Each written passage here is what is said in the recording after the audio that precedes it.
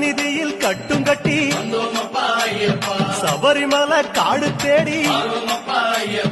கட்டுமுடி 2 கட்டி காந்தமலை ஜோதி காண சபரி